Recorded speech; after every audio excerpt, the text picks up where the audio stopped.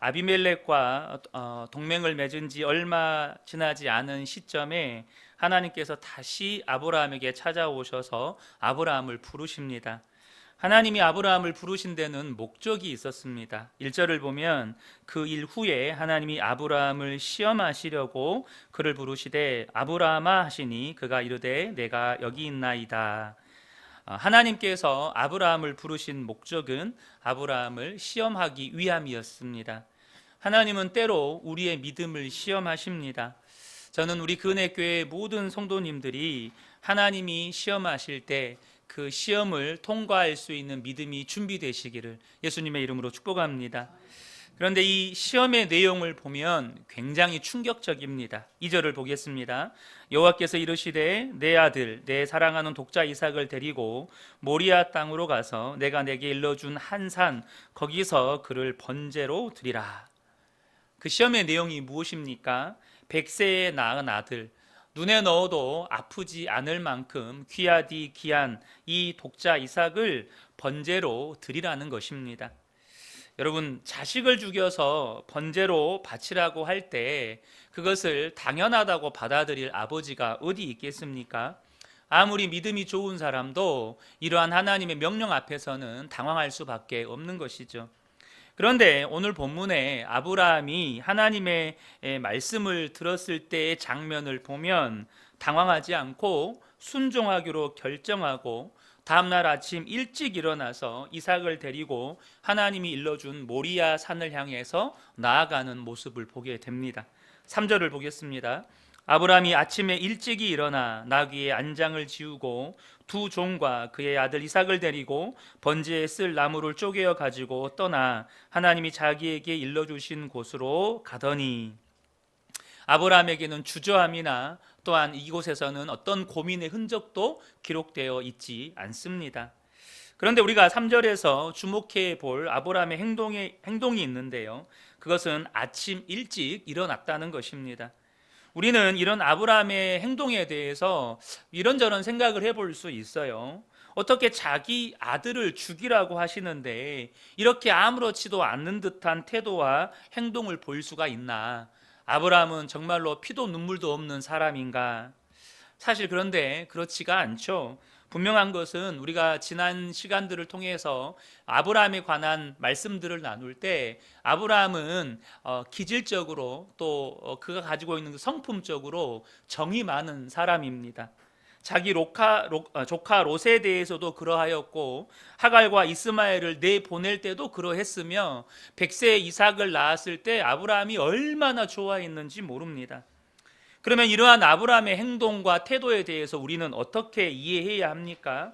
그것은 바로 아브라함의 믿음이었다는 사실입니다. 자식을 죽이는데 아침 일찍 일어나서 모든 준비를 합니다. 아브라함은 이미 하나님의 명령에 순종하기로 결단한 사람이었다는 것입니다. 여러분, 순종에 있어서 가장 중요한 것이 있다면 그것은 결단하는 것입니다. 결심하는 거예요. 하나님이 말씀하시면 무슨 말씀이든지 순종하리라. 저와 여러분 안에 이러한 믿음의 결단이 있기를 축복합니다. 우리가 주님을 따라가면서도 흔들리고 방황하는 까닭은 이러한 믿음의 결단이 없기 때문입니다. 그래서 환경이 좋으면 잘 따라가고 환경이 나쁘면 주저주저 하다가 뒤돌아서 버리는 거예요. 그러나 믿음의 사람은 상황이나 환경이나 형편이 어떠하든지 하나님을 따라가기로 결단한 사람입니다. 믿음은요, 대가를 바라고 따라가는 게 아니에요. 어쩌면 우리는 믿음을 가졌기 때문에 고난을 겪을 수도 있고 손해를 볼 수도 있습니다. 여러분, 절대 착각하시면 안 돼요. 믿음을 가지고 있다고 해서 항상 좋은 것도 아니고 만사형통한 것도 아닙니다. 도리어 만사형통하지 않을 때가 많습니다. 왜 그렇습니까? 믿음은 세상과 타협하지 않기 때문입니다. 믿음에는 타협이 없기 때문이에요. 그래서 여러분, 만사형통하지 않을 때가 많습니다. 3절에 보면 아브라함이 여기서 고민하거나 방황하거나 주저주저하거나 지체하지 않는다는 사실을 분명하게 발견하게 됩니다. 그런데 여러분, 고통이 없는 것은 아닙니다. 슬픔이 없는 것도 아닙니다. 눈물이 없는 것도 아닙니다. 그럼에도 불구하고 그 길을 가는 것, 그럼에도 불구하고 하나님의 말씀에 따라가는 것, 이것이 성숙한 믿음입니다.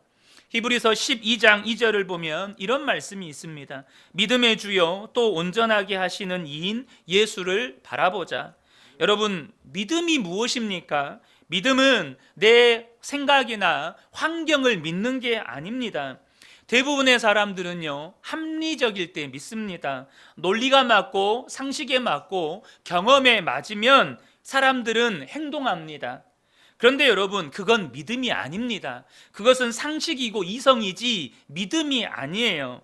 그러면 믿음은 무엇입니까? 믿음의 주요 온전하게 하시는 이인 예수를 바라보고 그 예수님이 어디로 인도하든지 따라가는 것입니다. 그분의 말씀이 이해가 되든지 이해가 되지 않든지, 지금 이루어졌든지 이루어지지 않았든지 간에 그분을 바라보고 그분을 신뢰하고 그분의 말씀을 따라가는 것이 믿음입니다. 여러분, 그게 믿음이에요. 아버지와 아들은 번제를 드릴 모리아 산으로 출발을 합니다. 4절입니다. 제3일에 아브라함이 눈을 들어 그곳을 멀리 바라본지라.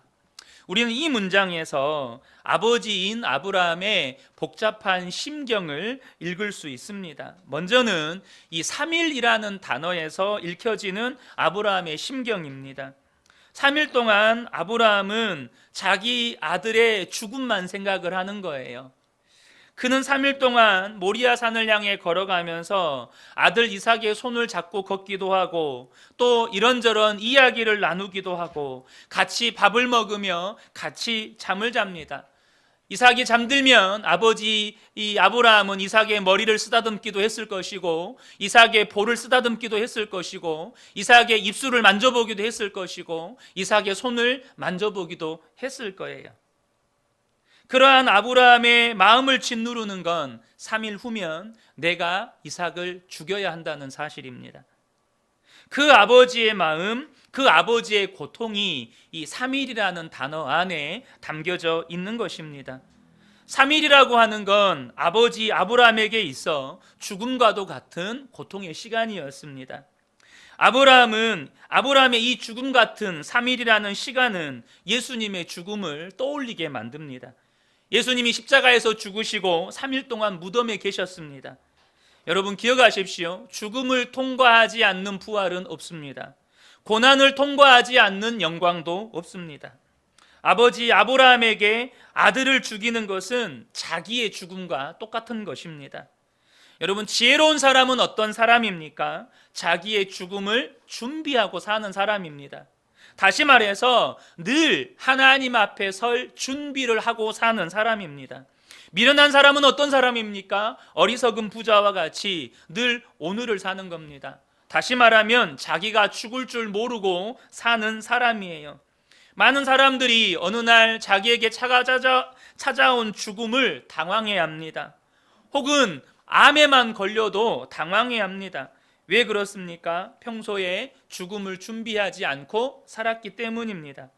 저는 우리 근혜교회 모든 성도님들이 늘 하나님 앞에 설 준비를 하며 사시는 지혜로운 분들 되시기를 축복합니다. 두 번째는요, 눈을 들어서 그것을 멀리 바라보았다는 이 대목에서 읽히는 아브라함의 심경입니다. 점점 목적지가 가까워졌다는 거예요. 이제 눈을 들어서 눈에 보일 만큼, 모리아산이 한눈에 들어올 만큼 가까워졌다는 거예요. 이 말은 뭘 의미합니까? 아들의 죽음이 점점점 가까워 온다는 뜻입니다. 그때 아브라함은 어떤 생각을 했을까요? 좀 더 늦게 도착할 수는 없을까? 아들과 좀 더 시간을 보낼 수는 없을까? 여러분, 그런 생각을 했을 것입니다.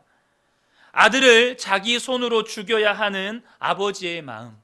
우리는 여기서 독생자 예수 그리스도를 십자가에 내어주신 하나님 아버지의 마음을 보게 되는 것입니다.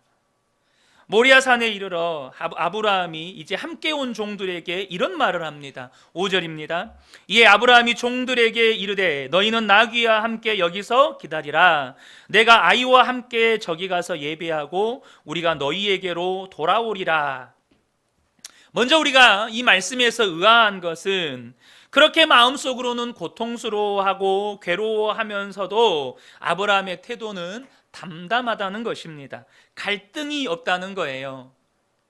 그 비밀이 아브라함의 말 속에 담겨져 있습니다. 내가 아이와 함께 저기 가서 예배하고 우리가 너희에게로 돌아오리라. 분명히 이 아브라함은 지금 아들 이삭을 죽여서 번제로 바치기 위해 가는 겁니다. 그런데 우리가, 다시 말하면 아브라함과 이삭 두 사람이 다시 종들에게 돌아오겠다는 거예요. 죽은 아이가 어떻게 돌아온다는 말입니까? 아브라함이 하나님의 말씀에 불순종해서 자기 아들을 죽이지 않기로 결심했다는 뜻입니까? 아브라함은 서슴지 않고 우리가 너희에게 돌아오리라 라고 말을 내뱉고 있습니다. 여기서 우리는 아브라함의 믿음을 보게 되는 거예요. 여러분, 아브라함의 믿음은 인간적인 믿음이 결코 아닙니다. 이전에 아브라함의 믿음의 성장 과정에서 관찰되었던 뭔가 인간적이고 세상적인 방법을 시도해보고 막 새롭게 막 강구해보려는 그런 인간적인 믿음이 아니라는 거예요. 다시 말하면 하나님이 주신 놀라운 믿음이 아브라함의 마음을 가득 채우기 시작했다는 것입니다. 하나님이 주시는 놀라운 믿음이 아브라함의 믿음을 사로잡기 시작했다는 거예요. 그것이 어떤 믿음입니까? 히브리서 기자가 이 아브라함의 믿음에 관하여서 해석해 놓은 구절이 있습니다. 히브리서 11장 17절에서 19절인데요. 아브라함은 시험을 받을 때에 믿음으로 이삭을 드렸으니 그는 약속들을 받은 자로 돼 그 외아들을 드렸느니라. 그에게 이미 말씀하시기를 내 자손이라 칭할 자는 이삭으로 말미암으리라 하셨으니 그가 하나님이 능히 이삭을 죽은 자 가운데서 다시 살리실 줄로 생각한지라. 비유컨대 그를 죽은 자 가운데서 도로 받은 것이니라. 지금 아브라함이 시험 받을 때에 분명히 믿음으로 이삭을 드리기로 결단했다고 히브리서 기자는 말씀하고 있습니다. 그런데 분명히 이삭을 죽여서 번제로 드릴 것인데 어떻게 이 아들이 다시 살아날 것을 믿었느냐 하는 거예요. 그것에 대한 이 히브리서의 기자의 해석이 무엇입니까? 바로 약속 때문이었다는 것입니다. 하나님께서 아브라함에게 약속해 주셨어요. 무슨 약속을 주셨습니까? 네 자손이라 칭할 자는 이삭으로 말미암으리라. 오직 이삭만이 하나님께서 아브라함에게 주신 복과 그 유업을 이을 자손이라고 하나님께서 분명하게 약속해 주셨고 그것을 믿었다는 거예요. 어떻게 아브라함은 이 하나님의 약속을 믿을 수가 있었을까요? 하나님께서 아브라함을 부르신 이래 아브라함에게 주셨던 모든 약속을 하나도 어김없이 신실하게 지켜주셨기 때문입니다. 물론 하나님의 약속이 이루어지기까지 긴 시간 동안 아무것도 일어나지 않는 현실 속에서 아브라함은 때로 두려워하기도 했고 신앙의 회의에 빠지기도 했고 그래서 인간적인 방법을 동원했다가 후회와 상처를 남기기도 했습니다. 그러나 그때마다 하나님께서 아브라함에게 나타나셔서 아브라함을 위로하셨고 격려하셨고 약속을 또 재확인시켜 주시고 또 재확인시켜 주시면서 무너진 아브라함의 믿음을 회복시켜 주시고 일으켜 세워 주셨습니다. 그리고 마침내 하나님의 때에 신실하신 하나님의 약속을 이루어 주셨습니다. 모두가 불가능하다고 말하는 그때 바로 아브라함의 나이 100세, 그의 아내의 사라의 나이 90세, 완전히 노인이 되어버린 두 사람 사이에서 약속의 자녀 이삭이 태어난 것입니다. 이렇게 신실하신 하나님을 경험한 아브라함 안에 믿음의 대혁명이 일어난 거예요. 믿음의 대변화가 일어난 것입니다. 하나님의 약속은 반드시 이루어진다.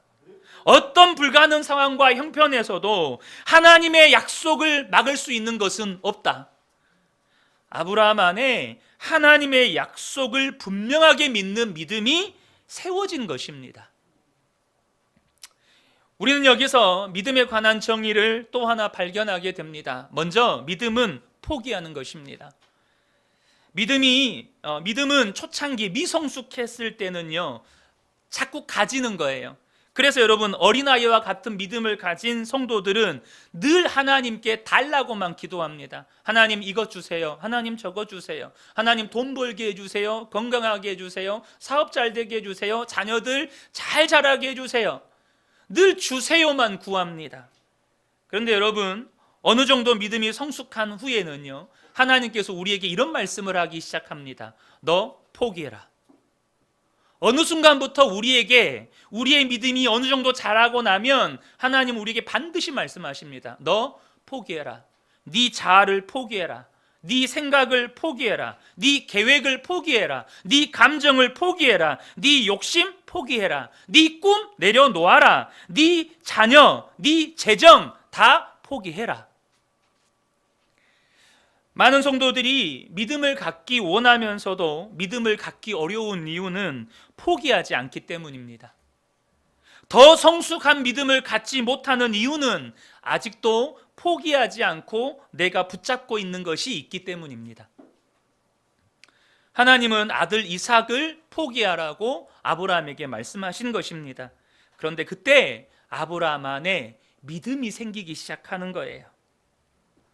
나는 내 아들 이삭을 하나님의 명령대로 포기할 것이다. 나는 내 아들 이삭을 죽여서 번제로 드릴 것이다.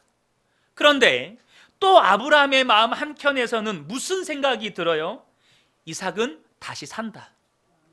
하나님께서 반드시 이삭을 살려주신다. 하나님께 반드시 드린다라는 이 믿음의 결단과 더불어서 그 마음 한켠에 또 다른 믿음의 생각이 들어오는데 이삭은 반드시 산다.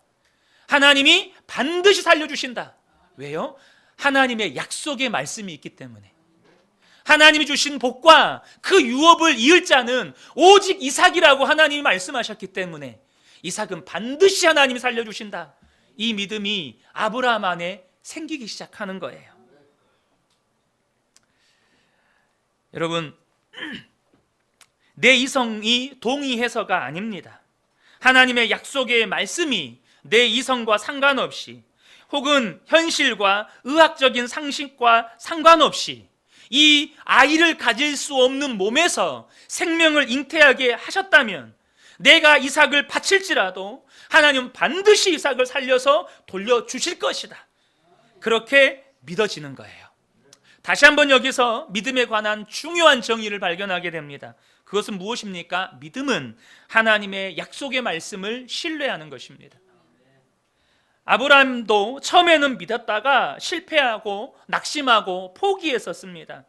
그러나 믿음이 성숙해지면서 그 사실이 믿어지는 거예요. 아들 이삭을 해산했을 때 아브라함의 마음속에서 이제는 진짜 믿음이 생기기 시작하는 것입니다. 그리고 그 다음부터는 아브라함의 마음속에 흔들리지 않는 믿음이 자라나기 시작하는 거예요. 아들 이삭은 다시 살아난다. 다시 돌아온다. 여러분, 이것을 가리켜 부활 신앙이라고 하는 것입니다. 하나님의 말씀을 믿고 순종하면 내 안에 부활 신앙이 생기기 시작합니다. 성경의 모든 약속이 믿어지기 시작합니다. 주님이 다시 오실 것이 믿어집니다. 천국이 있다는 사실도 믿어집니다. 기적이 일어난다는 사실이 믿어집니다. 왜 그렇습니까? 하나님의 약속의 말씀은 반드시 이루어지기 때문입니다. 믿음은 하나님의 약속의 말씀을 신뢰할 때, 예수 그리스도를 계속해서 바라볼 때 우리 안에 생기는 거예요. 그 약속의 말씀은 어떤 환경과 상황과 조건을 뛰어넘어서 반드시 이루어진다는 믿음이 생기기 때문에 그 사람의 마음에는요, 미래에 대한 분명한 확신이 있습니다. 망하는 것 같지만, 지금의 현실은 내가 망하는 것 같지만 반드시 성공한다. 내가 지금은 패배하는 것 같지만 반드시 산다. 죽는 것 같지만 반드시 산다. 어떤 악한 권세와 죽음의 권세와 세상의 권세와 절망과 좌절과 질병을 꺾으시고 예수 그리스도는 반드시 승리한다. 역사의 마지막에는 종말이 있고 우리 주님께서 승리의 주님으로, 심판의 주님으로 다시 오신다. 이런 것들이 그냥 믿어지는 거예요. 아브라함에게 부활 신앙이 있었습니다. 나의 아들은 반드시 살 것이다. 분명 나는 지금 내 아들을 포기하지만 하나님께서 반드시 약속의 자녀 이삭을 살려주실 것이다. 그러므로 이삭은 반드시 살아난다. 여러분, 믿어지는 사람은요, 눈빛이 다릅니다. 믿어지는 사람은 생각하는 게 달라요. 믿어지는 사람은 삶의 태도가 다릅니다. 이제 아브라함이 이삭을 데리고 하나님 앞으로 나아갑니다. 6절입니다. 아브라함이 이에 번제의 나무를 가져다가 그의 아들 이삭에게 지우고 자기는 불과 칼을 손에 들고 두 사람이 동행하더니, 여기서 재미있는 장면은 산으로 올라가는데 번제에 쓸 나무를 이삭에게 짊어지게 했다는 사실입니다. 왜 아들 이삭에게 번제에 쓸 나무를 지게 했을까요? 여기서 예수님을 생각하면 쉽게 답이 나옵니다. 예수님이 십자가에 못 박혀 죽으실 때 자기가 달릴 십자가를 친히 자기가 지고 가셨습니다. 이삭은 예수님의 예표인 것입니다. 이 모습이 장차 십자가를 지고 가실 예수님을 보여주는 예언적인 장면입니다. 예수님은 이런 말씀을 하셨습니다. 마태복음 16장 24절에 이에 예수께서 제자들에게 이르시되 누구든지 나를 따라오려거든 자기를 부인하고 자기 십자가를 지고 나를 따를 것이니라. 이삭에게는 자기가 짊어져야 할 번제에 쓸 나무가 있었습니다. 이삭이 져야 할 십자가가 있었습니다. 여러분, 누구에게나 다 십자가가 있습니다. 이 십자가는 고통스러운 것입니다. 그러나 각자가 져야 할 십자가는 각자가 지셔야 합니다. 예수님은요, 이 십자가를 절대 버리라고 하지 않으셨습니다. 그 십자가를 지고 예수님을 따르라고 하셨습니다. 자, 그러면 어떻게 십자가를 질 수 있습니까? 자기를 부인하면 십자가를 지기가 쉽습니다. 그러나 자기를 부인하지 못하면 십자가는 고통스러운 것이 됩니다. 너 자신을 부인하고 너의 십자가를 지고 나를 따라라. 이렇게 주님이 말씀하시는 것입니다. 여러분이 져야 할 십자가를 피하지 마십시오. 십자가는 자기를 위해 지는 거 아닙니다. 남을 위해 지는 거예요. 그것이 바로 예수님의 십자가였습니다. 여러분의 가정을 위한 십자가, 아내나 남편을 위한 십자가, 자녀를 위한 십자가, 교회와 성도를 위한 십자가, 그것을 지고 갈 때 가정이 살고 아내와 남편이 살고 자녀가 살고 또한 우리 그 은혜교회가 사는 것입니다. 이삭이 자기가 번제로 바쳐질 그 제단의 나무를 지고 또 예수님이 자기가 달리실 십자가를 지신 것처럼 우리도 우리가 져야 할 십자가를 져야 합니다. 그 십자가를 지고 갈 때 하나님께서 십자가를 지는 저와 여러분을 통해서 놀라운 기적과 부활의 역사를 일으켜 주실 것입니다. 여러분의 가정 안에 부활의 역사는 나타날 것입니다. 여러분의 아내에게, 여러분의 남편에게, 여러분의 자녀에게 부활의 역사는 나타날 것입니다. 우리 그 은혜교회 안에 부활의 역사는 나타날 것입니다. 아버지의 손에는 불과 칼이 있었습니다. 칼은 아들의 몸을 찢기 위해 있었으며 불은 아들의 몸을 불태우기 위해 있었습니다. 자신의 눈동자처럼 사랑하는 아들을 죽이기 위해 한 손에는 칼을 들어야 했고 한 손에는 불을 들어야 했습니다. 바로 예수 그리스도를 십자가에 못 박아 죽여야 했던 하나님 아버지의 이야기입니다. 칼을 들고 불을 든 아버지의 마음이 여러분 어떠했겠습니까? 그의 심장은 더 이상 자기의 심장이 아니었을 것이고 그의 눈에는 아마 피눈물이 흘러내렸을 것입니다. 아브라함은 이 하나님 아버지의 심정을 3일 정도 경험했습니다. 그런데 우리 하나님 아버지는 수천 년을 지금도 여전히 경험하고 계십니다.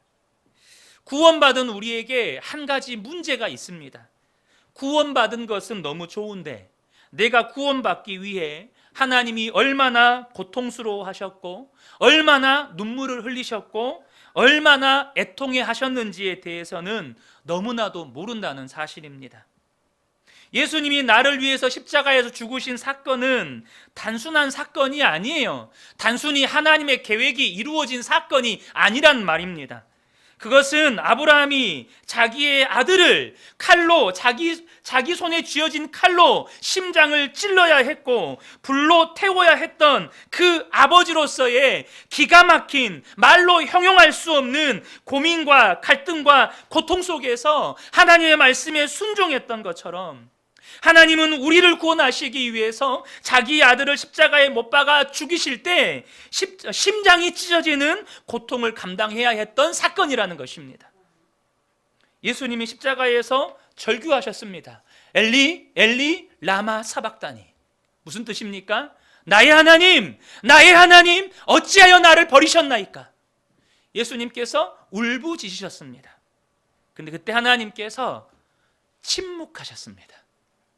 아들이 고통 속에서 울부짖는 것을 다 보고 계시면서도 하나님이 침묵하셨습니다. 여러분, 전 제 딸을 이렇게 수술실로 보내고 중환자실에 있으면서 밖에 대기할 때 그 수술실로 보내는 그 장면, 수술실 문이 닫히는 그 상황에서만 해도 그 앞에서 그냥 펑펑 울었습니다. 근데 우리 하나님은 어땠습니까? 보고 계시는 거예요. 십자가에서 예수님이 피 흘려 찢기시면서 나의 하나님 왜 침묵하십니까? 왜 나를 그냥 버려두십니까? 라고 외칠 때 하나님이 그저 침묵하십니다. 여러분, 할 말이 없어서 침묵하시는 게 아닙니다. 사랑하시기 때문에 침묵하시는 것입니다. 너무나도 사랑하시기 때문에 침묵하시는 거예요. 하나님이 얼마나 고통스러우셨던지 해가 빛을 잃었고 흑암이 가득할 정도로 온 세상은 침묵했고 땅이 요동하면서 지진이 일어났습니다. 여러분, 그것은 하나님 아버지의 고통을 대변하는 것입니다. 드디어 이삭이 입을 열어서 아버지에게 질문합니다. 7절입니다. 이삭이 그 아버지 아브라함에게 말하여 이르되 내 아버지여 하니 그가 이르되 내 아들아 내가 여기 있노라. 이삭이 이르되 불과 나무는 있거니와 번제할 어린 양은 어디 있나이까? 여러분, 여기서요 이삭이 이 질문을 하는 건 이삭이 이제 눈치를 챘어요. 아니, 그 전부터 알고 있었는지도 모르겠어요. 지금 이삭이 번제로 바쳐질 때의 나이는 어린 나이가 아닙니다. 성인의 나이입니다. 우리 어린아이 수준의 나이가 아니라 성경학자들에 따라서 의견이 다르지만 최소 10대 후반에서 20대, 30대까지도 보는 그런 여러 가지 의견들이 있습니다. 하지만 적어도 어린 나이가 아니에요. 10대 최소 잡았을 때 10대 후반의 나이입니다. 이삭이 알았어요. 뭘 알았을까요? 자기가 지금 번제단에 번제물로 가고 있다는 사실을 알고 있었습니다. 자신이 번제로 바쳐질 거라는 걸 이삭이 알고 있었어요. 만약 이삭이 몰랐다가 마지막 순간에 알았다면 이삭은 아마도 아버지가 칼로 찌르려고 할 때 그것을 붙잡고 피했을 거예요. 이삭은 피하지 않습니다.